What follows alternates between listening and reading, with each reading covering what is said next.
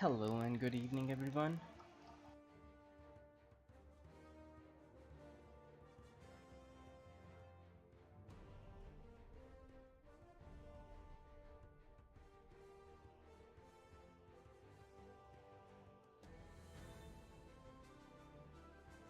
Hello. Hi.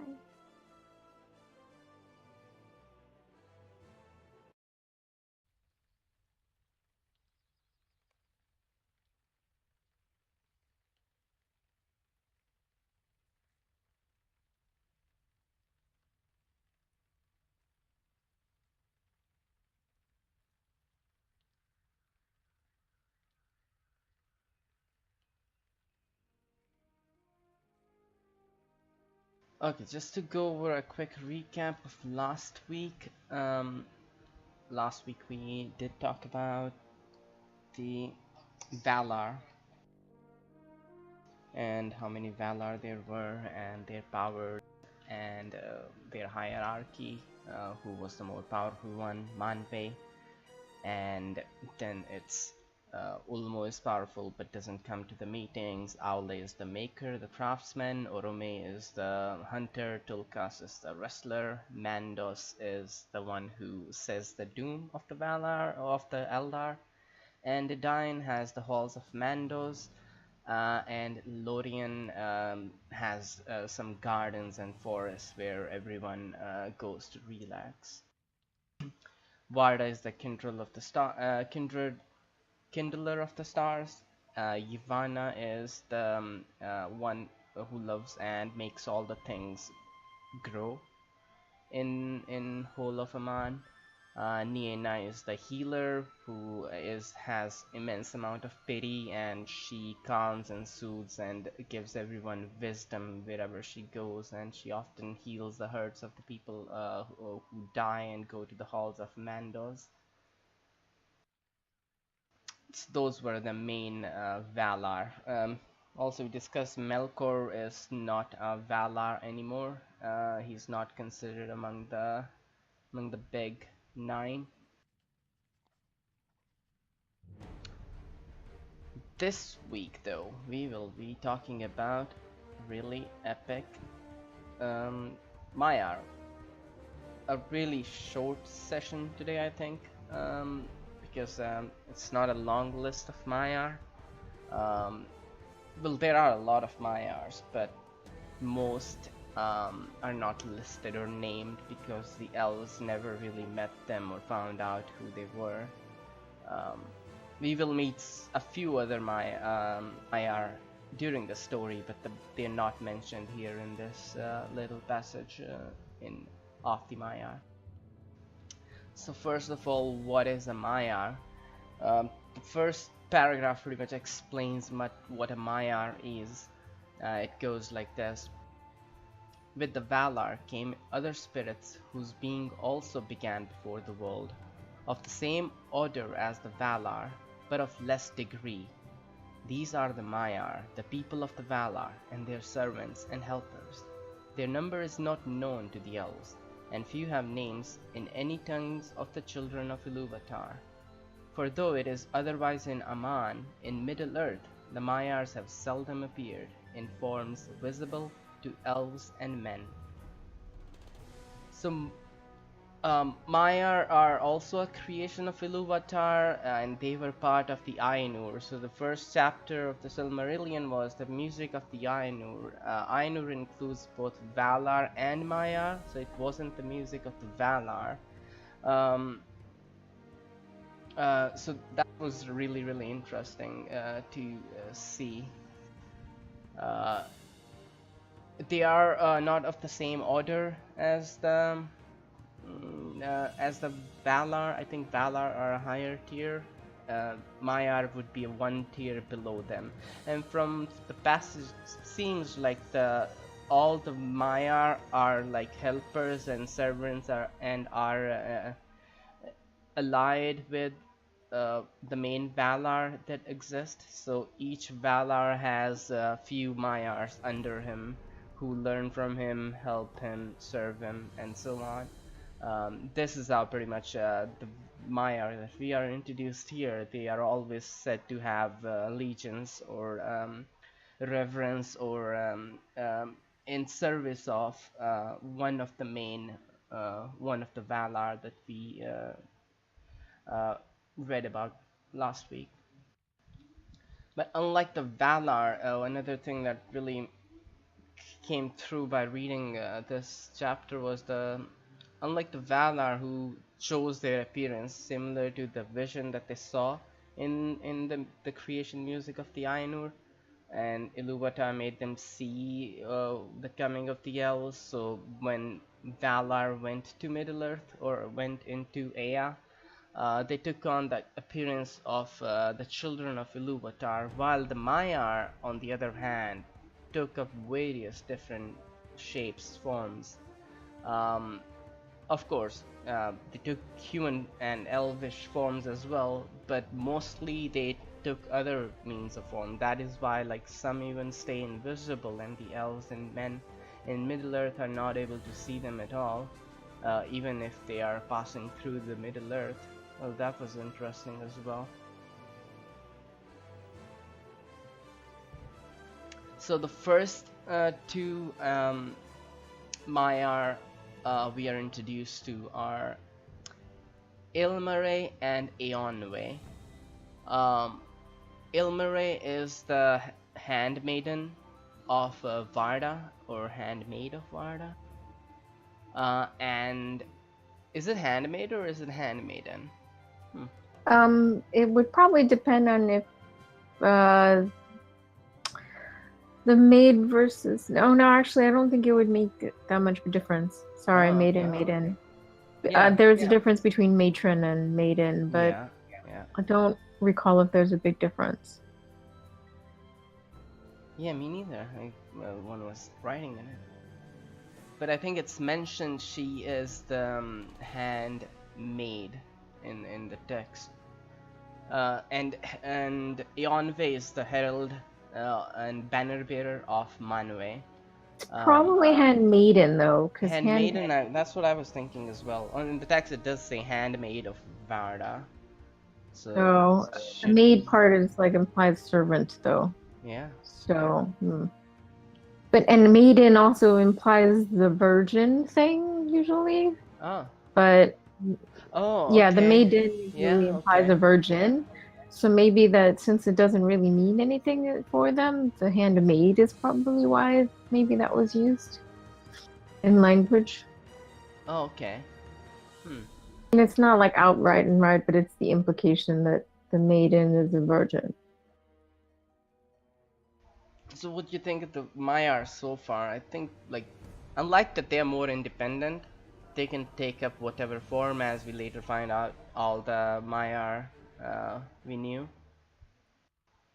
I think it is pretty awesome compared to, like, they have the cool duties. I think I don't know how to contextualize them, seeing this as a mythos and seeing, so there's Ilúvatar, the god, then there is the Valar, but they're not angels though. Tolkien specifically in his letters did say that he did not want to call them angels at all, because calling them angels kind of meant that they had duties, because in the text in the Bible and everything, the angels have specific tasks that they have to do. So there's angel of this, angel of that, angel of this, so they have all these jobs they do, while the Valar on the other hand were given the full governance of Ea. So they don't have jobs, but they do whatever. So that's why I did not want to call them angels, which was interesting. Another thing I read in this reading, I was reading other stuff as well about so read the Book of Lost Tales, which is the first volume of the History of the Middle Earth series, and I found some pretty awesome stuff there. One passage was regarding this first drafts of this passage that we read. It was other divine beings now appear. Manwë and Varda have offspring, Fionwe, Urion, and Erinti. Erinti later became Ilmare, handmaid of Varda, but nothing was ever told of her. Fionwe, his name long afterward changed to Eonwe, endured to become the herald of Manwe, when the idea of the children of Valar was abandoned. So in the beginning, the idea was that, okay, so these are gonna be these gods, and the Valar are called gods, and they remain being called gods for like really, really late in the text. In the edition, it was changed much later that he moved away from calling them gods and referred to them as just Valar and never really said that they were gods. But them having children was also stayed there, but was off eventually abandoned the idea. I did not like it for some reason. Didn't feel comfortable having them having children for some reason. Next are the although another important thing about Eonwe is he's mentioned to be the mightiest in arms of the whole of Arda, basically. He's just with a sword. He got this. He's a champion. Mm-hmm. Next of the Maiar are Ose and Uinen. Uinen, I love Uinen. I would totally name my next tune Uinen Ali. Keep saying that over and over again. Uinen Ali. So these are the vessel. So Ose is the vessel of Ulmo, and his spouse is Uinen. Really awesome couple dynamics between these two. It's kind of fascinating. So Ose is the master of the seas that wash the shores of Middle-earth, and he doesn't go deep, and he does love the storms. So the difference between the Ulmo being the lord of all waters, and Ose is just deals with the water at the surface, or the water that goes to the shores of the Middle-earth, and he's really into causing storms for some reason. He loves it. He loves like causing storms. That was funny. And his wife, on the other hand, is like really calms the streams and waves, and she's the one who restrains all the wildness and storms caused by Ose. That was cool. That he's the Stormbringer and she's the Storm Calmer. Mm-hmm. I thought it was nice that they said that they may love him, but they don't trust him. Oh, I love that line. I love that line. So that's mentioned of the Númenóreans, also people from the Middle-earth. So the Númenóreans lived long in her protection and held her in reverence equal to the Valar. So the Númenóreans were, which was this island made for men. It was just right about in the middle of Valinor and Middle-earth, so it wasn't either. So it was just Tolkien's version of Atlantis, basically. So this was this island in the middle that the Valar or Eru created for men who were good and allies to the Eldar and Valar during the battles of the first stage. So they were given long lives and this long lives and also this island to live in. And there at its shores, and the Númenóreans, their waters must be really calm, and they were really had reverence for Uinen, and regarded her as one of the Valar because she calmed the waters, and everything was really awesome in Númenor.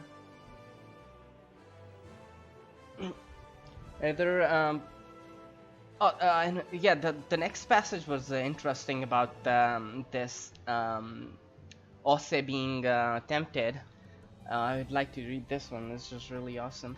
Melkor hated the sea, for he could not subdue it. It is said that in the making of Arda, he endeavored to draw Ose to his allegiance, promising to him all the realm and power of Ulmo, if he would serve him. So it was that long ago there arose great tumults in the sea, that wrought ruin to the lands. But Uinen, at the prayer of Aule, restrained Osse, and brought him before Ulmo, and he was pardoned, and returned to his allegiance, to which he has remained faithful, for the most part, for the delight in violence that has never wholly departed from him, and at times he will rage in his wilfulness without any command from Ulmo his lord. Therefore, those who dwell by the sea or go up in the ships may love him, but they do not trust him. Love that line. Mm-hmm. Who love them? Who loves storms? But are those people who love storms, or Yeah, only like it probably is calm? just want the fury and the don't want the calm seas. Okay, next is a really, really important Maiar, Melian.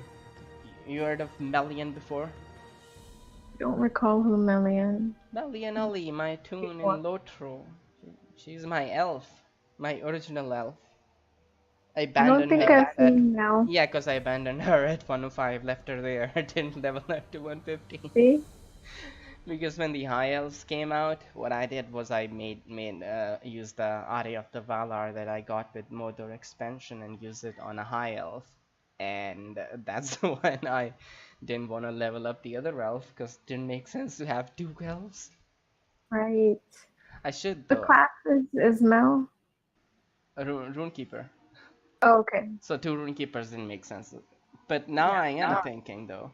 I am thinking of leveling that one up and just use that as a healer and the other one as a DPS. So I have like two different Arcanes, one for DPS and one for heals. I'll probably spend tons of resources on it and in the end not be happy with the healing of the Runekeeper. Yeah, see? So I'm like, So probably won't do that. Okay, Melian. Melian was the name of a Maya who served both Vanna and Este. She dwelt long in Lorien, tending the trees that flower in the gardens of Irmo, ere she came to Middle-earth. Nightingales sang about her whenever she went, or wherever she went.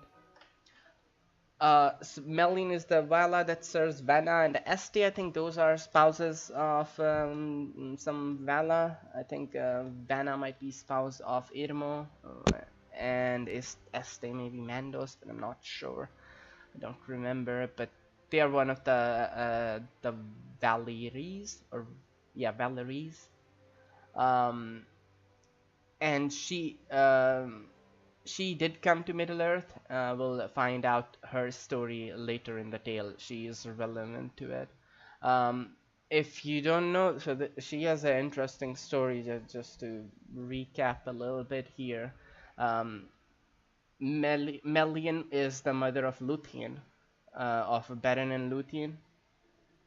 oh, Yeah, okay. so Melian is her mother. So Luthien is daughter of a mate of Maiar and a high elf, which is, I think she's the only one who is an offspring of Maiar mating with a high elf. And Luthien, so also she is the great great grandmother of Elrond. Hmm. Yeah, so Melian is the great great grandmother of Elrond. So Elrond is a big deal. Okay, next Maiar might be obviously the one you're most familiar with, Oloren. Wisest of the Maiar was Oloren. He too dwelt in Lorien, but his ways took him often to the house of Nienna, and of her he learned pity and patience. Of Olorin this tale does not speak, for though he loved the elves, he walked among them unseen, or in form as one of them, and they did not know whence came the fair visions or the promptings of wisdom that he put into their hearts. In later days he was the friend of all the children of Ilúvatar, and took pity on their sorrows, and those who listened to him awoke from despair despair and put away the imaginations of darkness. Um, Powerful lines about Olorin here, making him that his story will not be, obviously he's not included in all that happens in the Silmarillion, but he's obviously a really big part of the Lord of the Rings, because he was, of course, later known as Gandalf. And it is interesting that the Valar that he served was Niena, who's a healer, basically, who heals people by teaching them pity and making them wisdom, making them more wise. And so that's what Gandalf served under and learned from. And we see it when he's in Middle Earth, and he never loses his purpose, even despite the two blue wizards going wherever, and Radagast being just fascinated by hedgehogs and animals and that sort of things, and birds. And Saruman being corrupted by the lust for the One Ring and being the master of Isengard and the Middle Earth. Gandalf never lost his purpose because he learned from the pity and caring for the Eldar and Edain, and healing them and being their friend from Niena. And of course, Gandalf, if we think of one character who might be the most important character in the Lord of the Rings, even in the Hobbit, he's the one who starts a journey and asks the dwarves to take Bilbo. If Bilbo never went on that adventure, he would have never found the ring, and if we never found the ring would not be passed on to Frodo. And if Frodo did not have the ring, then anyone other than Frodo who took the ring even for the good purpose would eventually turn to disaster. Either he would become the next Sauron, or Sauron would be able to take the ring back from him. It was only a hobbit who could have done this and gone on this long adventure and still not be corrupted and stay true to the mission and never take the ring for himself. Although, side note, Frodo did eventually take the ring, but that's a separate discussion. It's really interesting. Gandalf is the man. Mm-hmm. Do you have any points about so far? Not as much because this chapter was shorter. Yeah, this was way short. But I do like the fact that they didn't always take the guise of, of the species of the world, and so they can be this sort of ephemeral presence, where they can they didn't really necessarily do what, they're not blonde like in the Maiar chapters. I'm like, you can just be whatever you want to be. You don't have to be a wrestler. You can just do whatever you want, and you can be rebellious and, come back into the fold. Yeah, true. Okay, next is Of the Enemy. Last of all is set the name of Melkor, he who arises in might. Is that the way it's phrased? Is that the meaning that we are to understand of Melkor? Like, name of Melkor, he who arises in might. I suppose that should be the meaning of the word Melkor in the Legendarium. We'll have to dig it up. But that name he has forfeited, and the Noldor, who among the elves suffered the most from his malice, will not utter it, and they name him Morgoth, the dark enemy of the world. Great might was given to him by Ilúvatar, and he was coeval with Manwë. In the powers and knowledge of all the other Valar he had part, but he turned them to evil purposes, and squandered his strength in violence and tyranny. For he coveted Arda and all that was in it, desiring the kinship of Manwë and the dominion over the realms of his peers. He began with the desire of light, but when he could not possess it for himself alone, he descended through fire and wrath into a great burning, down into darkness, and darkness he used most in his evil works upon Arda, and filled it with fear for all living things. We kind of just got the origins of fear of darkness here in this universe of Tolkien, right?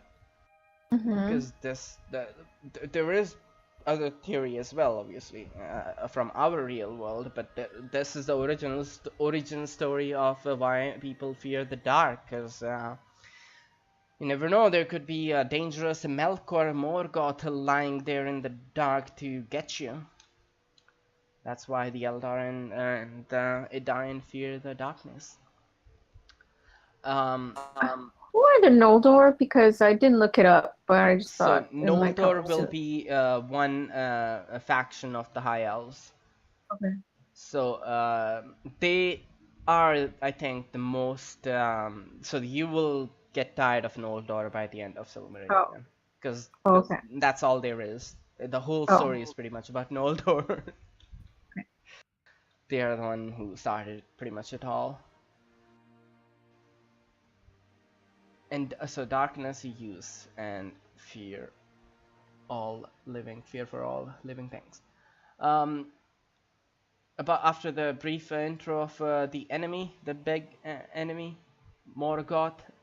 He's always called Morgoth. I think later Melkor. I think we'll only call him Melkor a few more times, and after that, pretty much the tale says Morgoth, and not even in the Lord of the Rings. It's Morgoth that's mentioned when Legolas, I think, says it's a Balrog of Morgoth.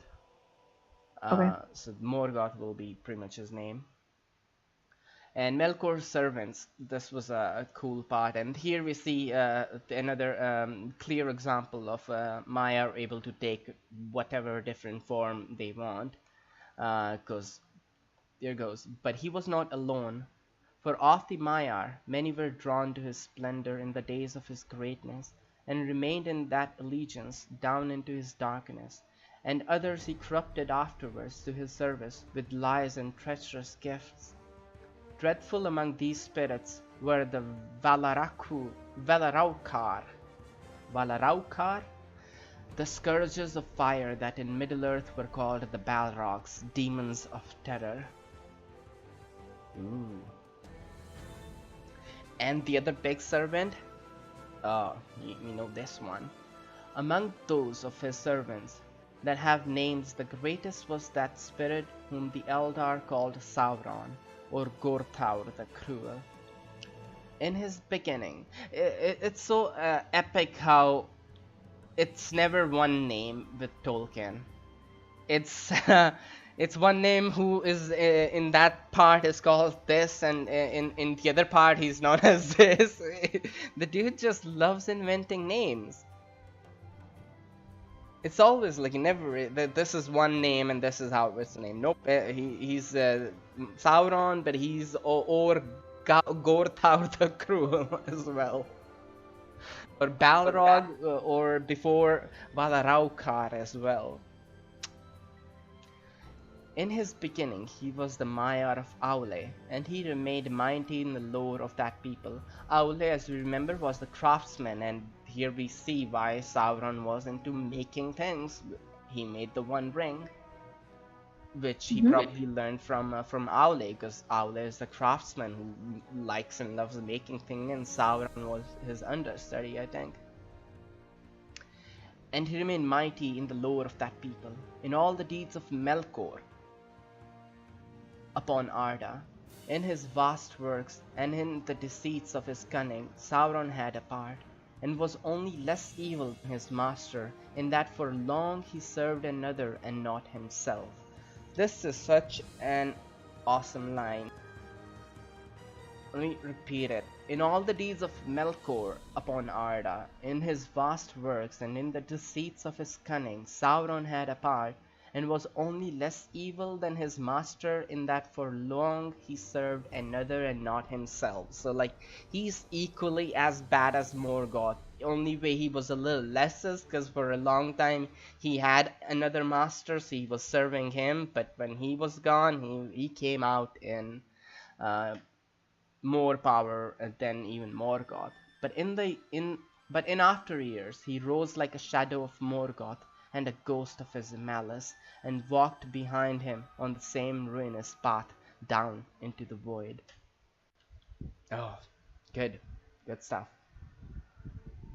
Good stuff, good stuff. And it's funny how, like, there was no worry about any spoilers for the story, because that's why it's this difference. This book is so different because there's no build up or anything. Of course, there are surprises. Some things will shock you a lot, but it's written in a way like a history book that, okay, you already know this probably. So like a history book telling about something will not like say that then World War II happened and make it as a shock. They will just say it. Then after that, World War II happened, or after that, World War One happened, or after that, this happened or that happened, because it's a known thing. This book's pretty much is written in the same manner. Now we just got that he walked behind him on the same ruinous path down to the void. Wait, what? We already know that Morgoth is going down down into the void. Wait, the story is over. Let's end this. It's over. No point in reading. Spoiler alert. There is no spoiler. Nope. Here ends the Valaquenta. Well, that's awesome. Any last thoughts? So I guess there are multiple Balrog type monsters or beings. Yeah. Okay. So just without spoiling too much, there were like thousands of them in the first age. Oh, okay. He had a full army of them.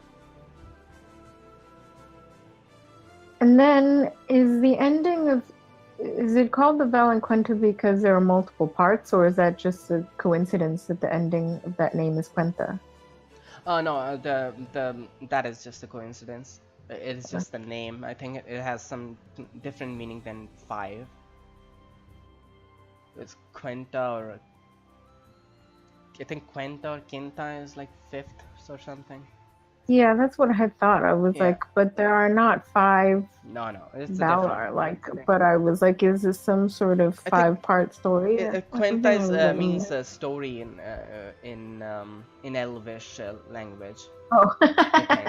So okay. Valaquenta, the story of the Valar, and the next will be Quenta Silmarillion. That means the story of the Silmarillion, or history. I think history. Okay. History might be a better word. I think it is history. Quenta is history, so history of the Valaquenta means history of the Valar, and Quenta Silmarillion will be a history of the Silmarils. Okay. Which will be the next reading. We'll do the Quenta Silmarillion chapter. Let me see how long it is. Chapter 1. Holy cow, it's long. Can do chapter 1, but we'll have to skip some parts, maybe not go over every line. But yeah, it's not it's just 3 pages, I think. It's not that, only 2 to 3 pages, so will be fun. Quenta Silmarillion will off the beginning of the days, chapter 1 of Quenta Silmarillion next week. That's it. You can say goodbye to Twitch. Ciao.